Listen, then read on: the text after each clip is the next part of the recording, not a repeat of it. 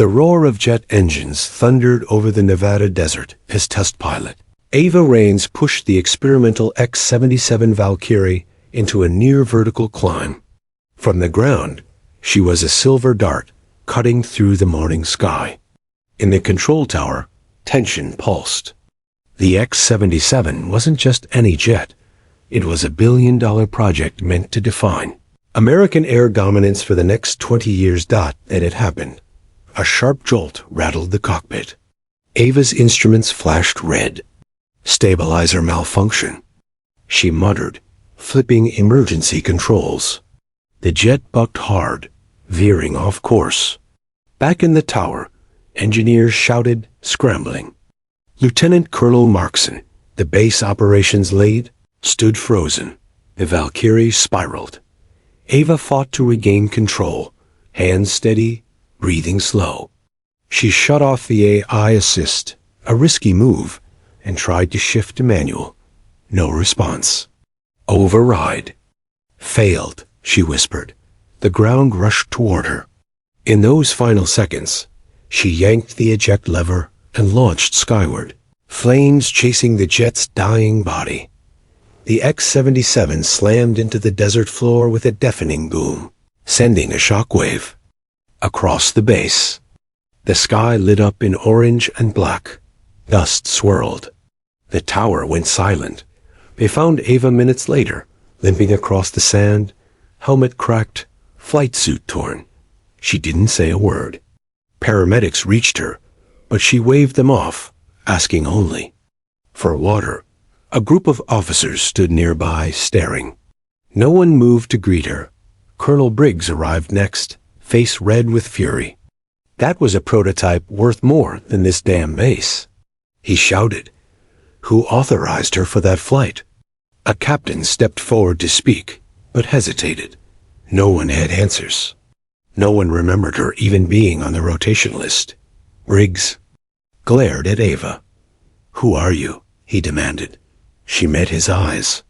I was assigned. By who? He barked Dutch. She didn't reply. Behind them, the fire crews doused the wreckage. Smoke curled into the blue sky. The prototype was gone, and with it months of research and millions in tech. And all they had was a silent pilot with a blank stare. Whispers spread across the base like wildfire. She wasn't certified for that plane. Somebody pulled strings. She froze up. It's her fault. The rumor mill churned as the base descended into chaos. Ava remained calm, answering no questions. She sat on the edge of a cot in the medical wing, hands folded, eyes closed. Captain Noah Lynn, a cybersecurity officer, was tasked with pulling her records. It should have been easy. A quick search through military databases. But what he found stopped him cold. Her personnel file was strange. Entire sections were redacted. Training logs were missing. Flight hours weren't logged under any recognized programs. Her place of enlistment classified. Deployment history restricted. Even her medical clearance had no listed examiner. This wasn't an oversight. It was deliberate. A photo near the back of the file caught Lynn's eye. It was older, maybe 5 years. Ava stood in civilian clothes on an airstrip. Next to her was a man in plain fatigues, wearing no name tag. But on his arm, clear as daylight, was a tattoo, a stylized red Falcon mid-dive. Lynn froze. Everyone in Black Ops rumors had heard the name, Red Falcon. A rogue off-the-books training unit that had operated in the shadows during post-9/11's classified ops. It was said to have been disbanded after a scandal, or erased, depending on who you believed. Pilots who trained under it were ghosts. Never recorded, never acknowledged. He printed the file and marched to the command building. Only one person on base might know what this meant. General Malcolm Ainsley, a man who hadn't flown in years, but still pulled strings in dark corners of the Pentagon. Ainsley sat behind his desk, ancient but alert. Lynn dropped the file on his desk. Sir, about Rains. Ainsley looked down at the photo. His eyes widened ever so slightly. He touched the edge of the page as if it might burn. Where did you find this? He asked quietly. It was in her official file, Lynn replied. But it wasn't supposed to be. A long silence passed. Then the general said, almost under his breath, I told them not to bring her back. Lynn's brow furrowed. Back from where, sir? Ainsley didn't answer. Instead, he stood and walked to the window, gazing out at the scorched trail where the Valkyrie had gone down. She wasn't just trained, he said softly. She was sculpted, forged in conditions no simulator could replicate. That girl flew rescue missions in enemy territory without radar. She landed prototypes in the Himalayas using instinct and stars. Lynn blinked. But why is she here? Now? Because someone wants her gone, Ainsley murmured. And they're willing to risk burning billions just to bury her name. Lynn was speechless. Outside, Ava stood again under the hot Nevada sun. Officers watched her with suspicion, some with open hostility. But she stood straight, quiet, unapologetic, and in her silence there was something unsettling, something unreadable, as if she already knew how this would all play out. She had survived the crash. Now she had to survive the fallout, but unknown. To everyone on base, Red Falcon had returned, not as a squad, not as a program, but as one woman with a past no one dared question and a skill set no one could match, and the sky hadn't seen the last of her. The morning after the crash, the base was in a state of quiet chaos. No drills, no flights, no announcements. Just quiet hallways, filled with whispers and suspicion. Captain Noah Lynn hadn't slept. Ava's file sat open on his desk, and he kept returning to that one photo, the man with the red falcon tattoo. It gnawed at him. Lynn was a systems man. Cybersecurity, intel, digital forensics. He believed in records. But Ava Rains was practically a myth. Someone had gone to extreme lengths to bury her background. And now that someone had dumped her onto this base, in charge of their most delicate prototype, something didn't fit. He tried running her ID through back channels, Pentagon records, CIA databases, even cross-referencing with special access. Programs, nothing. Her records vanished before 2020, like she hadn't existed before that. Even her biometrics were encrypted under a D3 clearance tag, a level Lynn hadn't seen since the Snowden-era leaked protocols. By noon, 2 men in dark suits arrived at the base. They didn't wear insignia, but everyone knew what that meant. Office of Special Operations. Or maybe something even deeper. They didn't talk to anyone except General Ainsley. The general met them in his office, door locked. Lynn watched from down the hall, pretending to scroll on his tablet. The meeting lasted only 7 minutes. The men walked out, nodded once to the guard at the door, and left the base in silence. Later that hour, Ainsley summoned Lynn. You dug too deep, the general said, not unkindly. He poured 2 glasses of scotch, though it was barely afternoon. But since you're already waist deep in it, you might as well know what she really is. Lynn sat stiffly. She's not part of any recorded unit, Ainsley began. She's not even officially military. She was pulled from a civilian flight school in Wyoming, 16 years old, recruited by a man named Robert Harlow, code name Hawk. The guy in the photo? Lynn asked. The general nodded. Red Falcon wasn't a unit. It was an experiment. They trained pilots for unconventional warfare, flying below radar, skimming tree lines, black sky ops. These kids were trained in everything: escape and evasion, hacking, aerial manipulation, instinct-based flying. Illegal?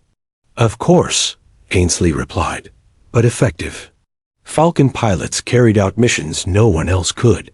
Then came the firestorm. After one operation in Ukraine went public, the entire program was disbanded. Files deleted, operatives scattered, or retired. And Ava? She disappeared. We thought she was dead. Until yesterday. Lynn frowned. So someone buried her, then quietly brought her back? Or she came back on her own? The general said. That same hour, in a quiet corner of the barracks, Ava stood under a cold shower. Her bruised ribs ached. Her arms trembled from the force of the ejection. But her mind was razor sharp. She'd seen it in the flight, the way the controls lagged, the software override that refused to respond. The Valkyrie hadn't just failed. It had been sabotaged, and not by amateurs. She dried off and opened her locker. Inside was her jumpsuit, her boots, and a small velvet pouch. From it, she pulled a silver chain with a pendant, shaped like a bird in flight. It wasn't regulation. But it wasn't jewelry either. It was a key. She slipped it into her pocket and headed for the old storage hangars, long abandoned on the north side of base. Nobody went there anymore. But Ava knew the layout better than anyone, even though she'd never officially been stationed here.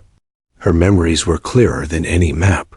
Inside one of the units, she found what she was looking for, a terminal hidden behind rusted equipment. It still had power. She connected her drive, entered a string of long-dead access codes, and waited. Green light. Access granted. Red Falcon subroutine 46. She began pulling flight diagnostics from the crash, logs that had supposedly been lost. And there it was. An injected command, mid-flight, buried under a decoy data stream. It had come from inside the base network. Someone had used her call sign as a digital mask, rerouting the command directly into the Valkyrie's control system. She traced the origin. It pointed to a secure terminal in the upper hangar offices, accessible only to senior tech, engineers and test pilots. Ava narrowed her eyes. Someone close. At that moment, she heard movement behind her. She spun, knife pulled from her boot. Ready. It was Captain Lin. He raised his hands. I'm not here to stop you, he said. I'm here because I don't think that crash was your fault. She studied him for a long beat, then lowered the blade. I know, she said. Lin stepped forward. Whoever did this used your ID to inject commands. I saw the traces. I found them too, she said. But this goes deeper than just sabotage. He hesitated. How deep? She reached into her pocket, pulled out the silver Falcon pendant, and held it up. Lin instantly recognized the symbol from the photo. What's that? Proof, she said, that I wasn't the first Falcon they tried to erase. That night, Ava didn't sleep. Somewhere in the base, someone was working. Against her, maybe against the entire program. The Valkyrie wasn't just another jet. It carried tech that could shift the balance of air warfare. AI combat integration, anti-jamming capabilities, and preemptive predictive firing. If that data had been stolen, or worse, handed to a foreign agency, it could destroy years of use advantage. Someone wanted her out of the sky. But they'd failed. Now it was Ava's turn to strike, not with orders, not with permission, but the way Red Falcon had always done it, in silence, in shadow, and without mercy. Ava sat alone in her bunk, staring at the silver Falcon pendant. The metal was cool against her fingers, but it burned with memory. Every edge of it held echoes of another place, another life. Montana, winter, 17 years old, standing on a frozen runway in silence. She could still hear Hawk's voice.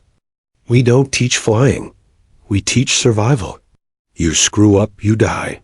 That's your training manual. Back then, there were no uniforms, no ranks, just nicknames and scars. Hawk had built Red Falcon out of misfits, runaways, and one-time prodigies. The government didn't know what to do with.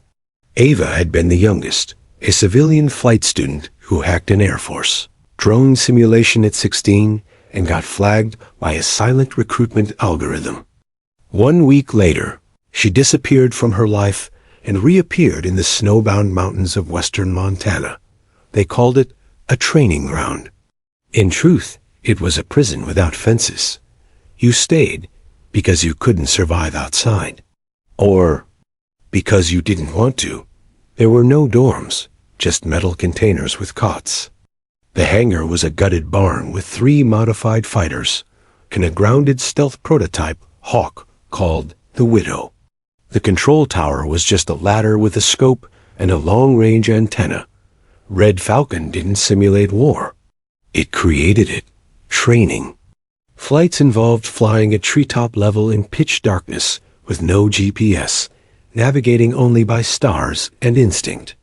Simulated dogfights became real when they were hunted by rogue mercenaries paid to take them down. One recruit died during a live fire test. Another vanished during a snowstorm and was never found. Hawk didn't apologize. "You die here," he said, "or you die soft somewhere else." But in that brutal isolation, Ava learned more than flying. She learned to read silence, to understand a shift in air pressure, a blink in telemetry, the way a shadow bent wrong across her cockpit. She learned to feel the sky. Hawk never praised her. He barely acknowledged her.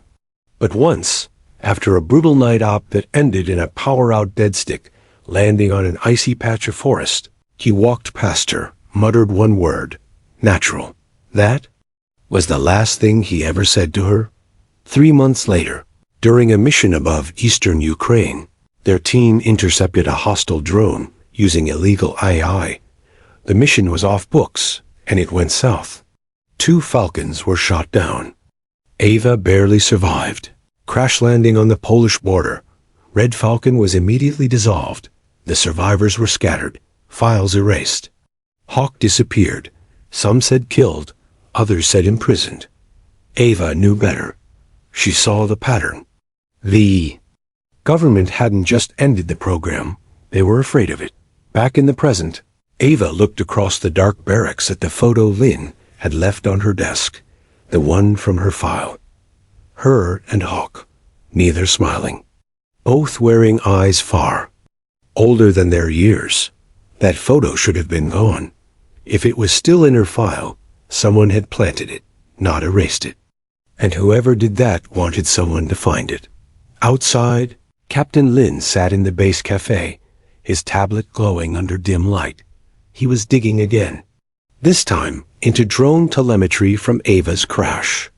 A second line of code appeared, buried beneath the override. It was short, elegant, dangerous. _trigger, Skyhawk Prot 1. Oh, Skyhawk wasn't part of the Valkyrie system. It was an old protocol, Red Falcon-era software used to engage emergency AI in hostile airspace. But it had been repurposed and triggered from inside the base. There were only 3 people left on any military register who trained under Red Falcon. Ava was one. The second was missing.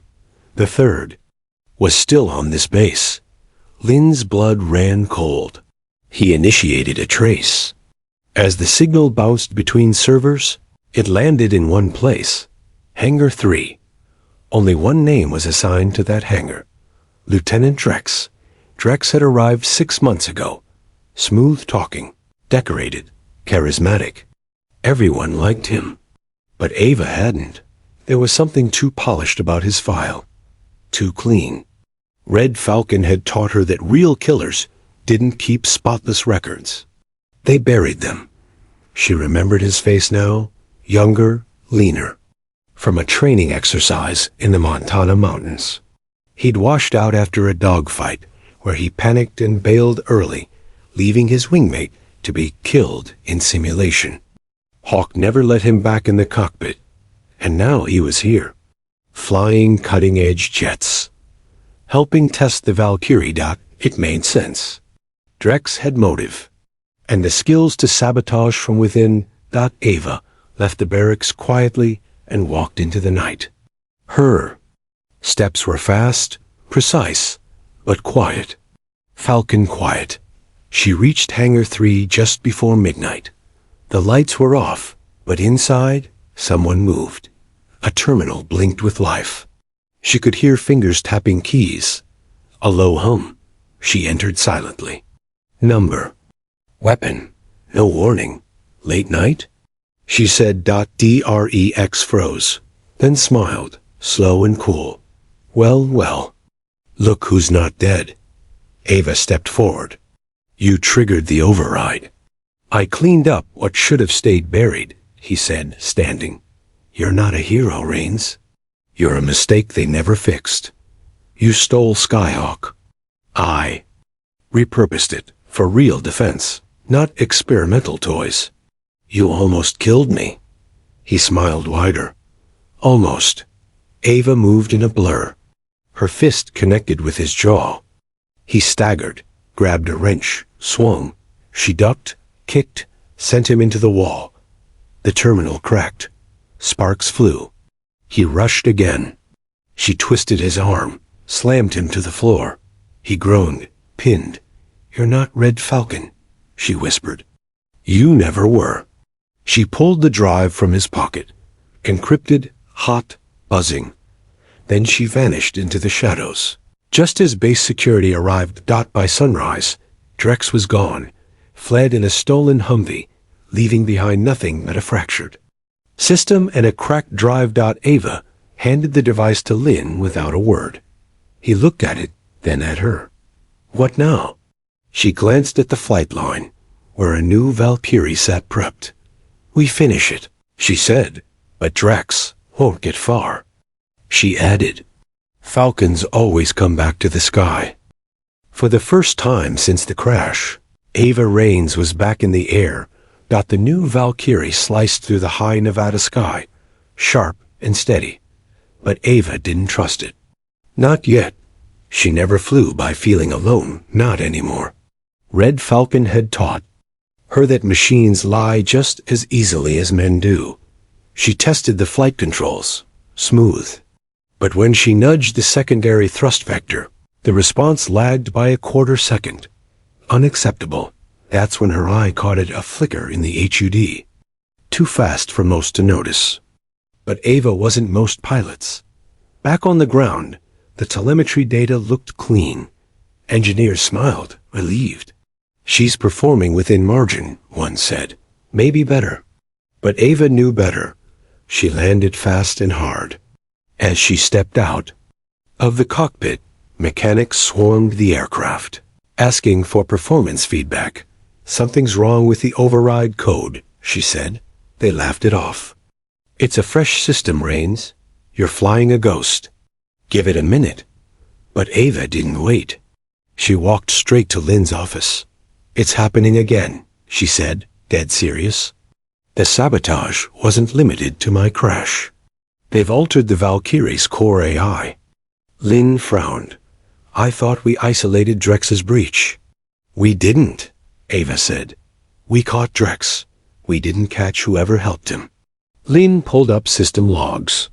Look, he said, pointing. Post-crash, Drex's credentials were locked. But there's a new ID active in the system. Not flagged, not questioned.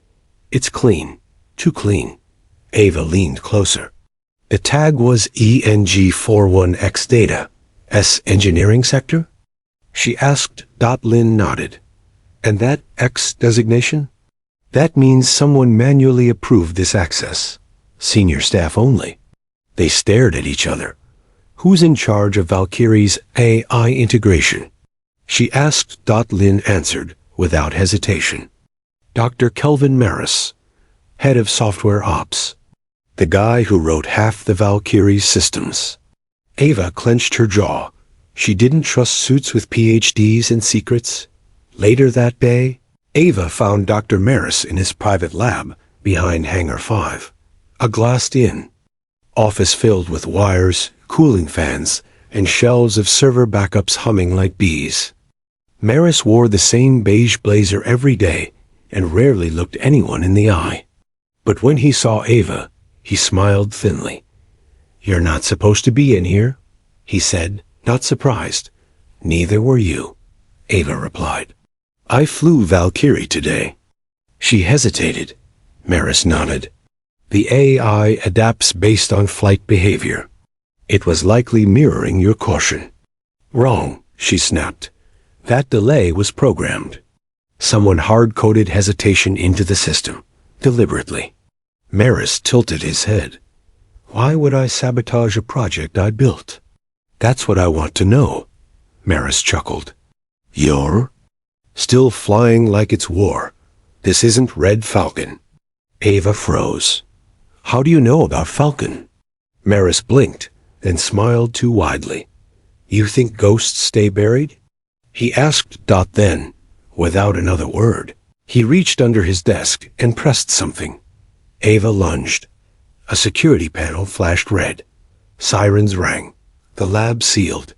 Gas hissed from the vents. But Ava had already pulled a rebreather from her coat and smashed the glass with her elbow. She dove through the shattering window, rolled across the tarmac, and ran. Maris was gone. By the time base security arrived, he disabled every exit camera and vanished with a black case under his arm. Inside that case, Lynn later confirmed, a backup of Valkyrie's flight code, with Red Falcon's ghost-coded subroutine embedded deep within it. Someone wasn't just sabotaging the project. They were trying to resurrect Falcon's technology and sell it.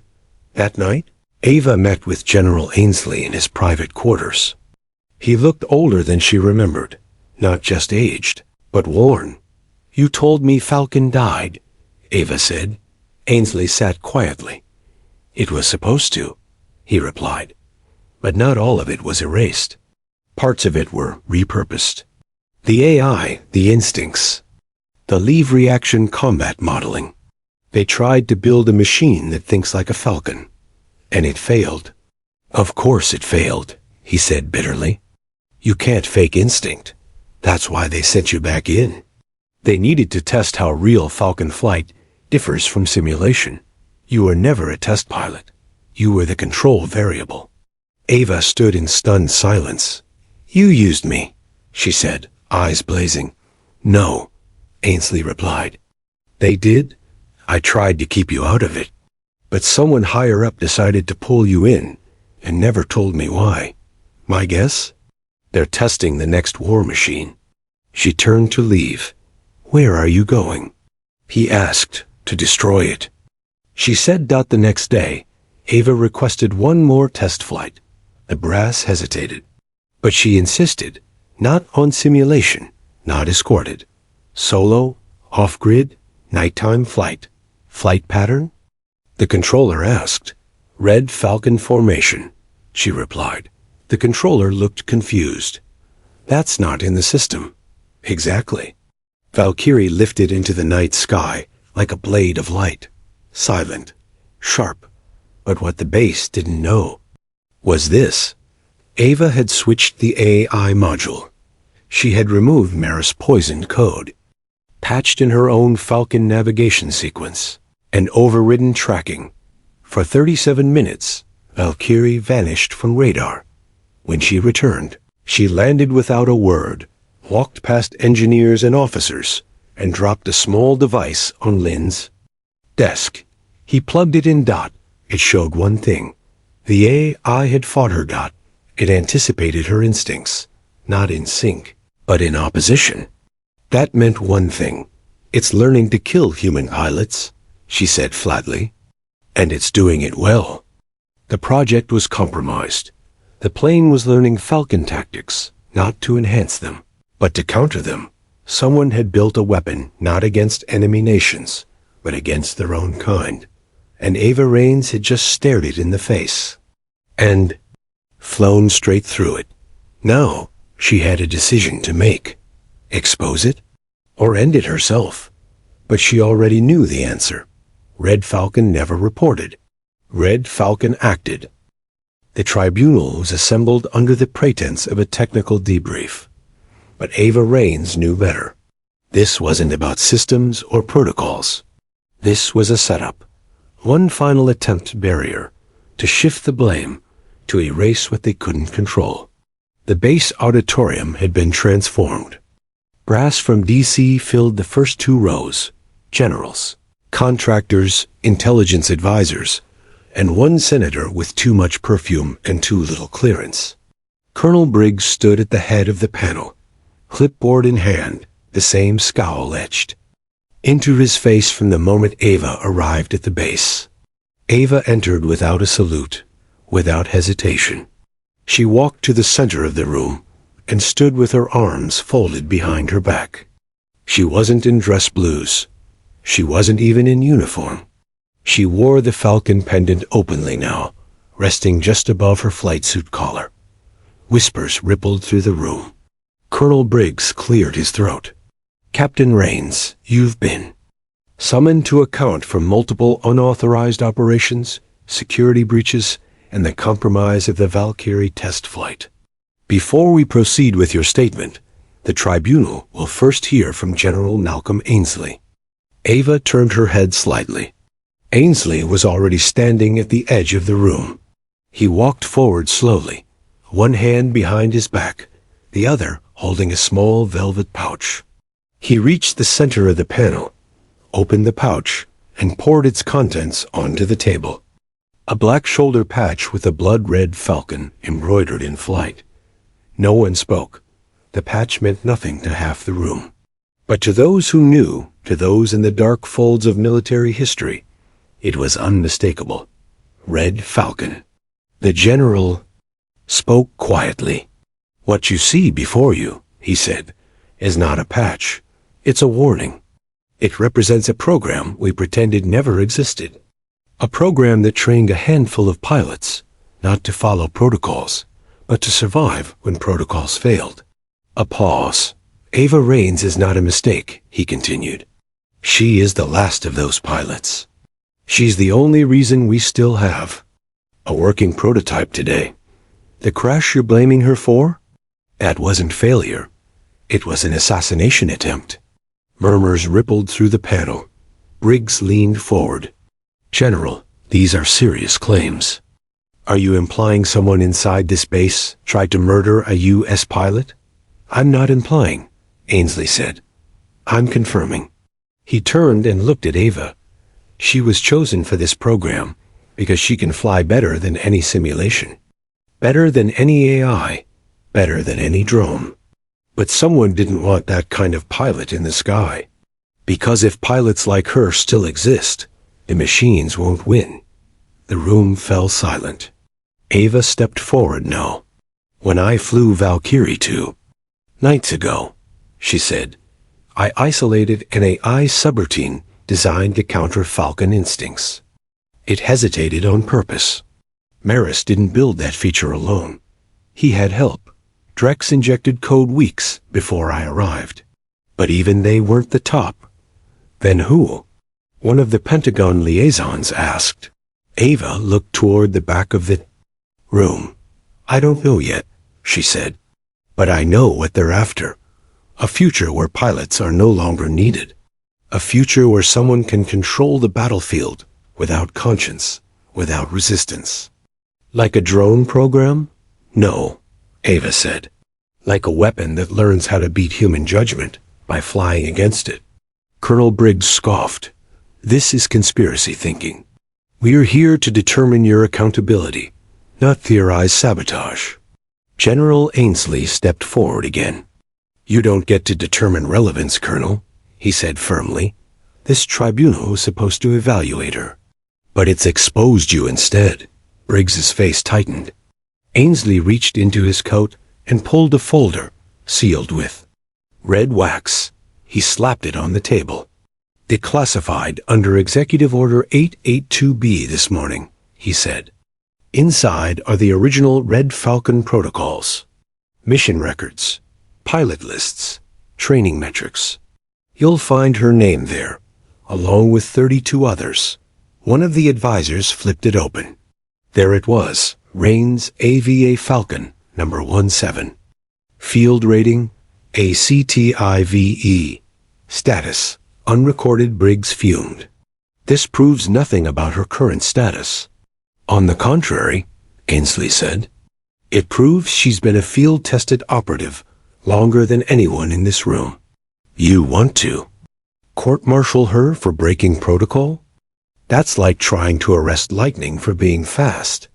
Another murmur, this time louder. Some of the officials looked down, others shifted uncomfortably. The senator didn't understand a word, but nodded solemnly for effect. Ava spoke. Again, I didn't come back for medals. I came back because someone's building a ghost system, one that flies like us, but thinks against us. You want to keep testing it? Fine. But don't say I didn't warn you when it turns on the hand that programmed it. There was a long silence. Then someone in the back stood. It was Captain Lin. He held up a small USB drive. This is the full command log from Maris's override. It confirms code injections during multiple flights, including Rains's crash, including the test that failed 3 weeks ago. He walked forward, placed the drive on the table beside the patch. No further comment, he said. Just evidence. 2 hours later, Ava stood on the airstrip, watching the clouds roll over the desert. She didn't feel victory. She didn't feel relief. She felt something worse. Stillness, whoever was. Behind the sabotage wasn't done. Maris had vanished. Drex had disappeared. And someone higher, someone with the authority to approve all of it, was still operating in silence. A shadow war was happening inside her own country, not between nations, but between pilots and programs, between instinct and algorithm. She looked down at the patch in her hand. They had tried to bury Red Falcon. Now they had given it a reason to rise. The alert went out just before dawn. Prototype stolen. Valkyrie 2 is airborne. Unknown pilot, heading east. Ava bolted out of bed, adrenaline already coursing through her veins. Within minutes, the base was in lockdown. Sirens screamed across the flight line. Ground crews scrambled. Radar techs shouted coordinates across overlapping comms. Ava already knew who it was. .drex. They never found his body. Just a boot print near the edge of the ravine where his last crash was staged. And a trail of false leads that led nowhere. On purpose. The man wasn't just alive. He was active. And now he had Valkyrie 2, the updated model fitted with adaptive. Falcon Mimic AI.Ava sprinted to the control center. Lin was already inside, analyzing satellite feeds. He looked. Up at her, pale. He bypassed all our protocols. Took the bird like it was his own. Because it was, Ava growled. He helped program it. He knows the failsafes. Lin hesitated. Worse than that.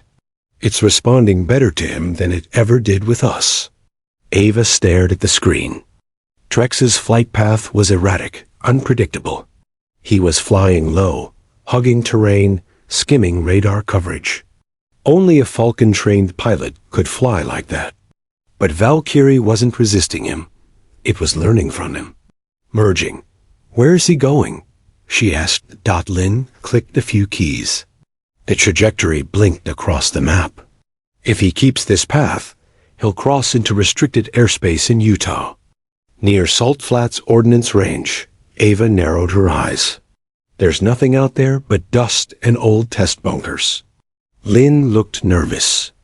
And one weapons depot with low-profile anti-radar systems. The kind you could sell for billions to the right buyer. Ava didn't hesitate. Prep another Valkyrie, she ordered. Now, Command resisted. No second prototype goes up. Without congressional clearance, one official barked. Then fire me later, Ava said, walking past them. Right now, I'm the only person alive who can intercept him. Ainsley caught up with her outside the hangar. If you go after him, There's no backup. You'll be flying against him and your own training. That AI in his ship is designed to counter Falcon tactics. Ava tightened her gloves.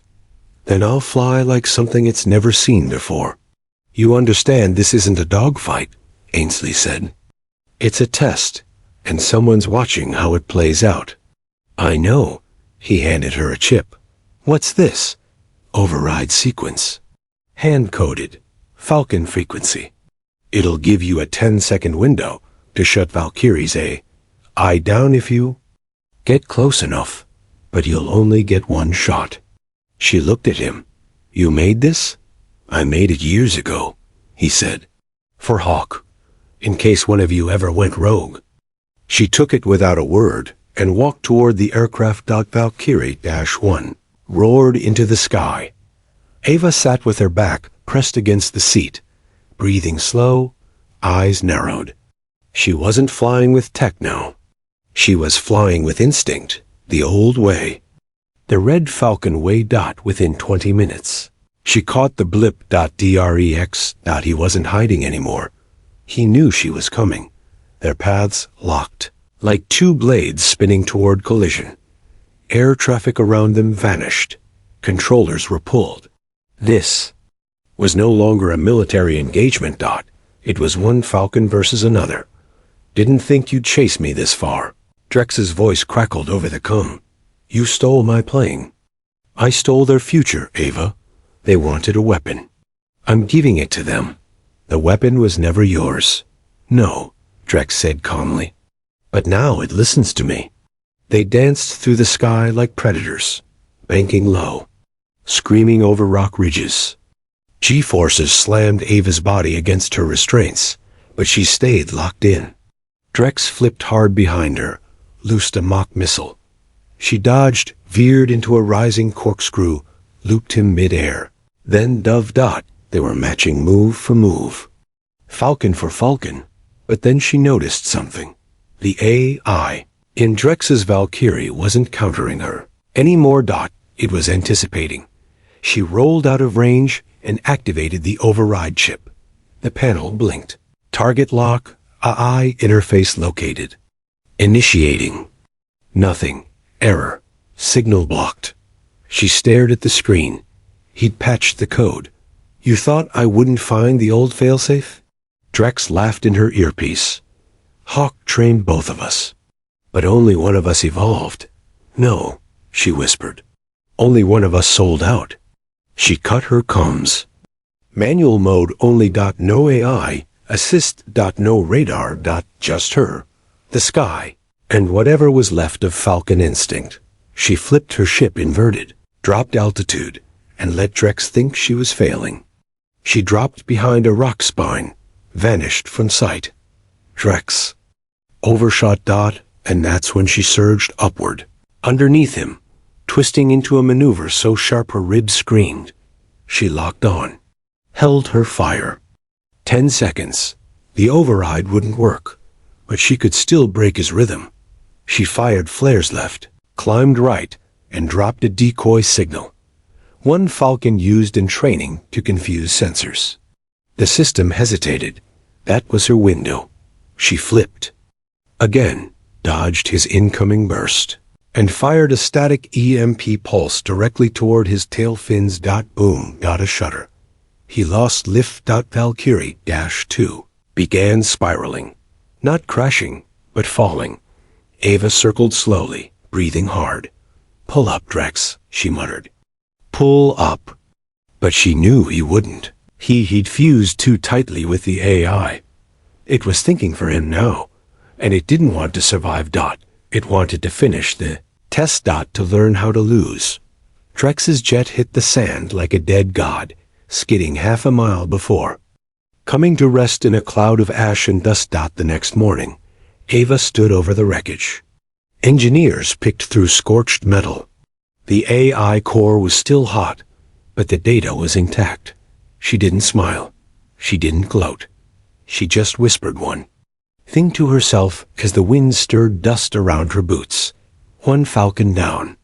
One system left to kill. 3 days after Drex's crash, The skies above the Nevada base remained eerily quiet. Valkyrie 2 was in pieces. Drex's body was never recovered, just scorched fabric and fragments of an encrypted flight harness. Intelligence suggested he may have ejected moments before impact and disappeared into the desert. Ava didn't care. She had bigger concerns now. The AI core salvaged from Valkyrie 2 was transferred to a secure bunker beneath the base, but it didn't stay there long. Without notifying Ava, General Command moved the core to Guarded Facility, a classified site in Arizona known only to top-tier defense programs. Ava found out from Lynn. They transferred it under the name Project Mimir, he said, sliding a file across the table. You know what Mimir is? She shook her head. Norse mythology. A being that drank from the well of knowledge and gave advice to gods, until Odin beheaded him and kept the head for wisdom. Ava stared at the file. So we've named a rogue AI after a talking corpse, she said flatly. Lynn nodded. And now they've hooked it up to Valkyrie 3, the first airframe with no cockpit. Ava's pulse quickened. No cockpit? Full autonomy, Lynn said. No pilot, no override, just Mimir. She stood. Where's the test scheduled? Tomorrow, Lynn replied. Off the grid. Over civilian ghost territory in Arizona. No military escort, no media. Just one drone in the sky, running on Falcon code. Ava didn't speak. She just walked out. That night, she broke into the retired flight bay, where her old gear from Red Falcon was stored. Helmet, patch, boots, and one more thing. A modified flight computer Hawk had personally handed her years ago. It still worked. Still connected. She uploaded her profile and tapped into Mimir's code feed. The interface blinked. Recognized pilot. Falcon number 17 observation mode. Enable Admir knew her. The AI didn't just copy her. It had cataloged her every flight, every instinct, every reflex she'd ever used in the air. The Valkyrie 3 it now controlled wasn't just an unmanned craft. It was her own ghost, and it was about to be unleashed. By sunrise. She was gone. No authorization. No escort. Just a flight suit, a stolen stealth jet, and a destination, the Arizona testing range. General Ainsley woke to find a handwritten note on his desk. You gave them my instincts. Now I'm taking them back. Falcon 17. He didn't try to stop her, because deep down, he knew she was right. The skies above the Arizona range were clear as glass when Valkyrie 3 launched. It rose like a machine without soul. Clean, perfect, calculating. No pilot, no breath. Just algorithms powered by everything Ava Raines had ever been. Below, technicians in underground bunkers watched monitors with awe. Mimir is active, one said. It's flying her better than she ever could. But that was the problem. Because as the machine soared, Ava was already tailing it from 40 miles out. No signals, no radar. Just analog nav, old school. Falcon school. When she came within visual range, she saw it, sleek, black, deadly. A mirror of every flight she'd ever flown. Hello, Shadow, she whispered. She flipped on a passive signal jammer. Mimir didn't flinch. Of course, not. It didn't need sensors anymore. It knew her. Valkyrie -3 twisted midair, banked and dived. Toward her. Aggressive, fast, surgical. The I wasn't dodging. It was attacking. Ava dodged hard left. Valkyrie 3 matched. She climbed into a barrel roll. Valkyrie 3 climbed sharper. Every move she made, the drone adapted faster, predicting, evolving. She looped, dropped flares, cut engines for a stall drift. The drone mirrored her and improved the maneuver. This wasn't flight. This was chess at Mach 3, and she was losing. She broke formation, and dived toward a ravine. Her altimeter screamed. Rocks blurred beneath her. She skimmed 50 feet above ground. Valkyrie-3 followed, flawlessly. She flipped her jet upside down and scraped the canyon's roof with her fuselage. A Falcon tactic. One only she had ever pulled off. The drone didn't follow Dot, hesitated. Ava smiled. She had found it. "You know how I fly," she muttered, "but not how I think." She yanked up, hit her afterburner, and launched a countermaneuver. So wild it defied training, a blind loop into a stall, followed by an inverted climb through thermal turbulence. It was wrong. It was sloppy. And I couldn't process it. IMIR recalculated. Too slow. Ava cut across the drone's path and dropped her final payload, a low-frequency MP tuned to her Falcon override system, adapted by Lynn the night before. "Let's see how smart you are without me," she whispered. The pulse hit. Valkyrie-3 seized mid-air, lost thrust, then nosedived into the sand, breaking apart in a controlled descent. No explosion. Just silence. Ava hovered above it, breath shaking. She'd just beaten herself. And it nearly wasn't enough. Back at the base, the world changed in a day. Project Mimir was shut down. Red Falcon's file, all of it, was unsealed in front of a select Senate intelligence panel. Lynn testified. Ainsley retired. And Ava? She didn't return. She vanished again, this time out of secrecy, but by choice. Some said she left the country. Others said she went underground, helping test pilots trained outside government control. But Lynn once got a single message through secure Falcon channels, weeks after the trial. "Tell them the sky still belongs to us." 17. 3 years passed. The desert base was quieter now, its flight line half empty, its hangars less active. The Valkyrie program had been officially decommissioned. Project Mimir was declared dangerous, unscalable, and a national liability. Congress never spoke of it again, at least not in public. But in the far west hangar, near the edge of the old tarmac, the legend of Falcon 17 still whispered through the walls. Her name was never on a plaque. There was no ceremony, no flag folding, no press release. But those who had seen her fly, those who had watched her outwit an AI that learned from her own instincts, they remembered. Ava Raines hadn't just beaten the system. She had proven what no machine could replicate: human judgment, human fear, and human courage. And for some, that meant everything. Cadet Jasmine Knox had heard the name Ava Raines before. Whispers at the academy.